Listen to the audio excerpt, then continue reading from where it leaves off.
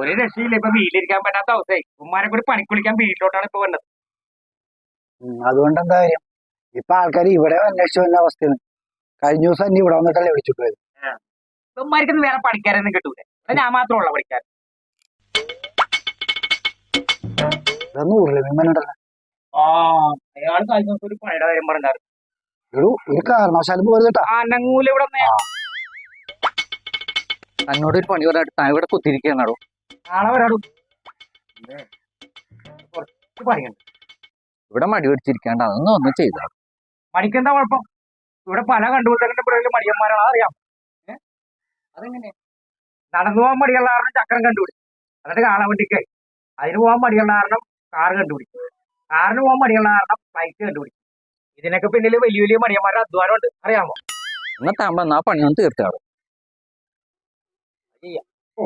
ഒയ്ക്കിട്ടി സമാധാനം ഒയ്ക്കും.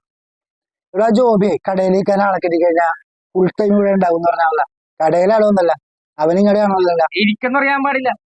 നമുക്കൊന്ന് പോയി നോക്കിയാലോ?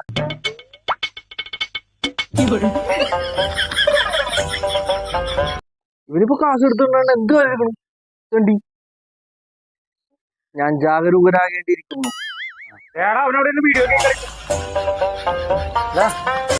നീ കടയിൽ ആളെ കിട്ടിക്കഴിഞ്ഞാൽ അങ്ങടെ വെട്ടാന്ന് പറഞ്ഞാണല്ലോ. എന്നിട്ട് ഇവിടെ നിന്ന് എന്ത് ചെയ്യണം? ആളെ കിട്ടി ആരോടെ കണ്ടോണ്ടിരിക്കണത്? ഞാൻ ഇപ്പൊ അവനെ നിരീക്ഷിച്ചോണ്ടിരിക്കുന്നത്. ഇവൻ നന്നായില്ല. എന്നാ ശരിയടാ. എടാ ഒരാളെ കൂടി കിട്ടോടാ പണിക്ക്. എടാ ഇവനെ നിരീക്ഷിക്കാനായിട്ടേ ഒരാളെ കൂടി വെച്ചാലാന്ന് ഞാൻ ഇങ്ങനെ ആലോചിക്കണം.